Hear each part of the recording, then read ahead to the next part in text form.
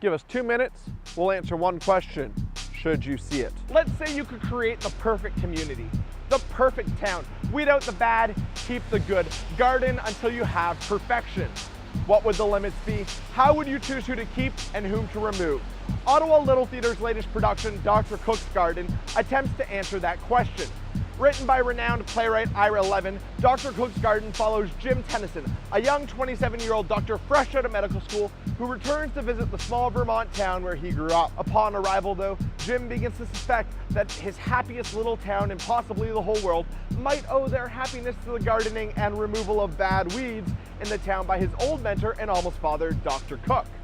Ira Levin knows how to write a thriller. He penned Death Trap, Rosemary's Baby, and The Stepford Wives. But what he really pens here is his own moral compass on issues like capital punishment and vigilante justice. While the script itself is by far one of Ira Levin's weakest, director Jim McNabb is able to grab the audience right off the bat and hold their attention through the hour and 45-minute runtime, largely through spot-on casting with Cameron Prade and Barry Daly playing Doctors Tennyson and Cook respectively.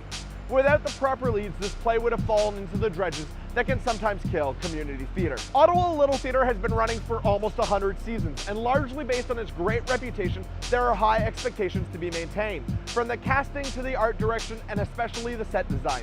Honestly, the Ottawa Little Theatre has some of the finest and greatest sets I have ever seen.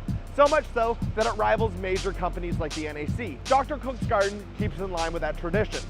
Ignoring a couple of false beats in the second act, like a somewhat awkward feeling fight scene, Dr. Cook's Garden will bring you to the edge of your seat and give you plenty to think about.